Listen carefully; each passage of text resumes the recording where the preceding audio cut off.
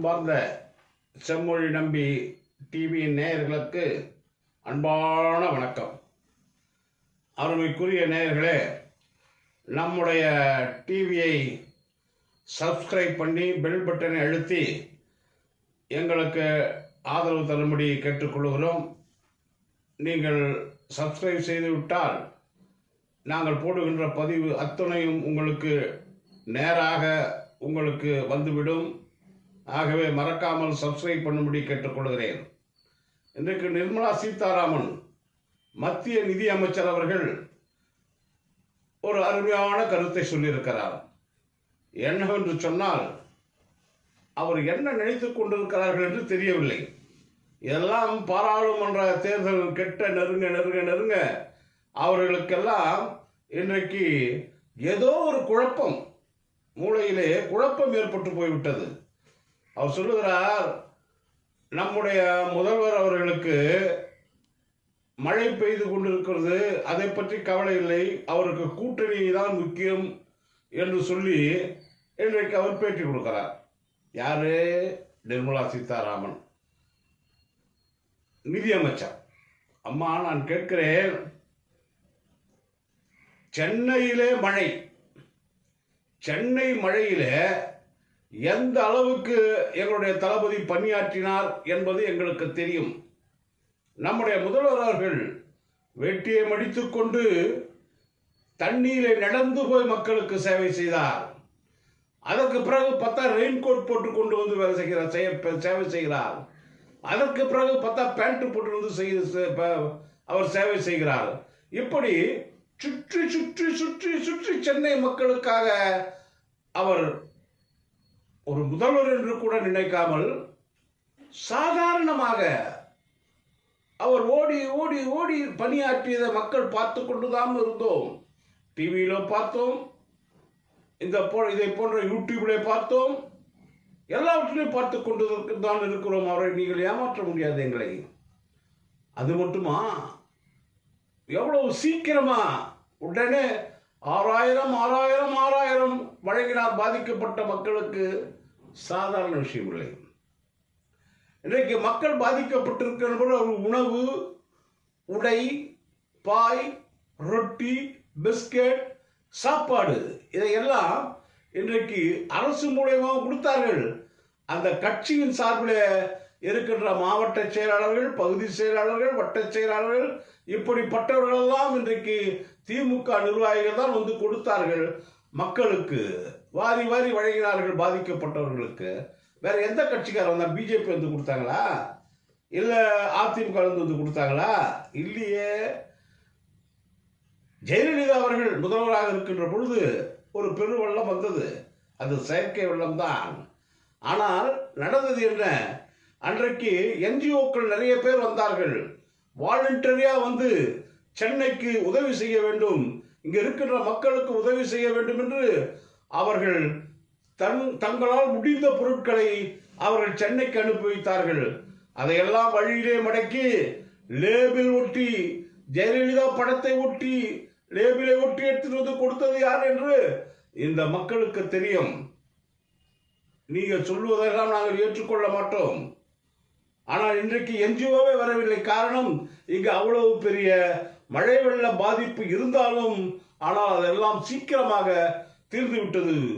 சென்னையை நீங்கள் எடுத்துக்கொள்வீர்கள் என்று சொன்னால் ஏறத்தாழ ஒரு 5 மணி நேரத்திலே வெள்ளம் கரைந்தோடி விட்டது.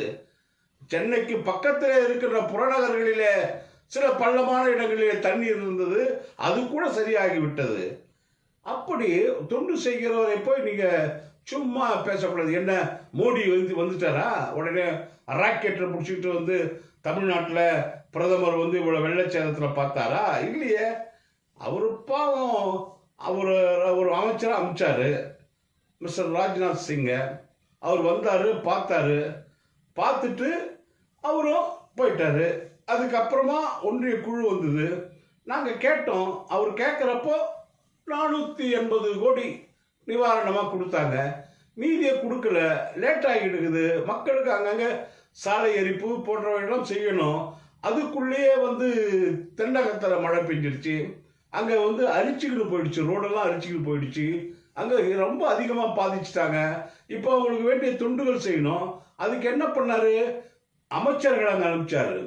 கண்ணப்பன் அவர்கள் தலைமையில், அமைச்சர் கண்ணப்பன் அவர்கள் தலைமையில் அனிதா ராதாகிருஷ்ணன் போன்றவர்களாம் அங்கே போய் பணியாற்றுவதும் இல்லாமல் நம்முடைய விளையாட்டுத்துறை அமைச்சர் உதயநிதி முதற்கொண்டு, அன்பு சகோதரியார் கனிமொழி முதற்கொண்டு அங்கே போய் பணியாற்றினார்கள். இல்லை என்று சொல்ல முடியுமா?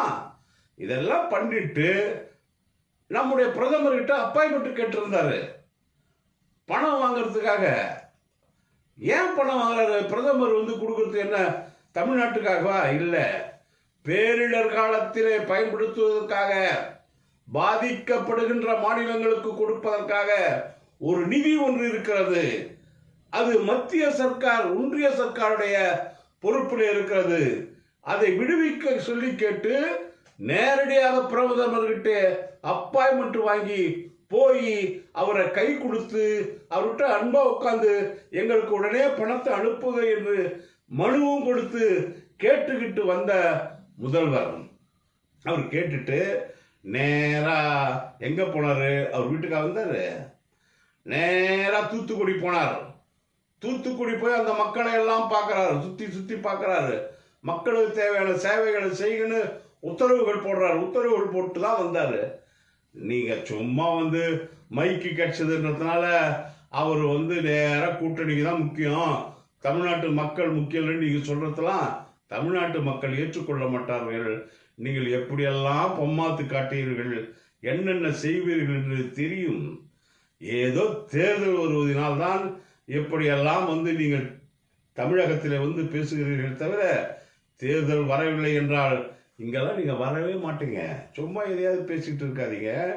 மக்கள் தெளிவாக இருக்கிறார்கள்.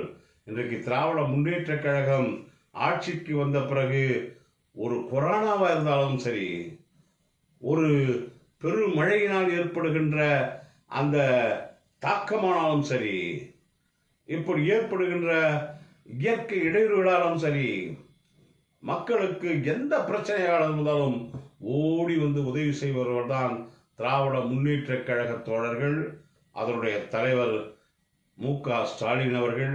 இன்றைக்கு தமிழ்நாட்டில் இருக்கின்ற மக்கள் நிம்மதியாக இருக்கிறோம், எந்த பிரச்சனை இருந்தாலும் நாங்கள் கவலை விடாமல் இருக்கிறோம் என்று சொன்னால் அதற்கு நம்முடைய முதல்வர் மு.க. ஸ்டாலின் அவர்கள்தான். ஆகவே ஸ்டாலினை குறை சொல்வதற்கு எல்லளவும் நிர்மலா சீதாராமனுக்கு தகுதியே கிடையாது என்பதை இந்த நேரத்தில் நான் சொல்லிக்கொள்ள விரும்புகிறேன்.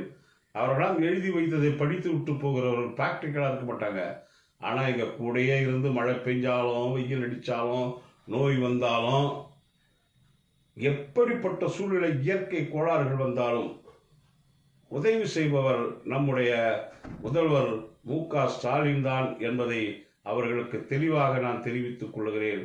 ஆகவே அவருடைய பேச்சை யாரும் கேட்க வேண்டாம் என்று சொல்லி உங்களிடமிருந்து நான் அன்போடு விடைபெறுகிறேன். அடுத்த முறை சந்திப்போம். நன்றி, வணக்கம்.